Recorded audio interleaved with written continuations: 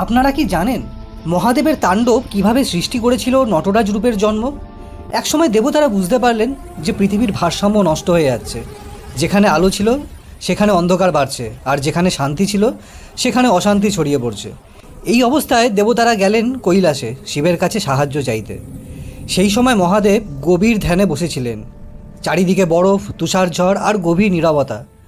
দেবতাদের ডাকে মহাদেব চোখ খুললেন, আর সেই মুহূর্তেই মনে হলো যেন পুরো মহাবিশ্ব কেঁপে উঠল। দেবতারা বুঝে গেলেন এবার শিব হয়তো নিজের শক্তি প্রকাশ করবেন। হঠাৎ চারিদিকে আলো ছড়িয়ে পড়ল, আর শিব নিলেন নটরাজের রূপ, যিনি সৃষ্টির নৃত্যশিল্পী।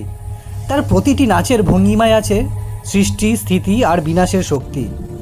যখন তার পদভঙ্গিমা ভূমিতে পড়ল, পৃথিবীর অস্থিরতা যেন থেমে গেল, আর আকাশের অশান্তিও যেন শান্ত হয়ে গেল।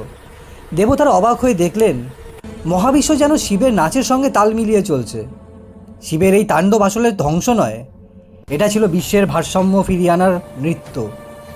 এভাবেই জন্ম হলো শিবের নটরাজ রূপ, যা আজও মনে করিয়ে দেয় সৃষ্টি ও বিনাশ, আলো ও অন্ধকার সবই জীবনের অংশ।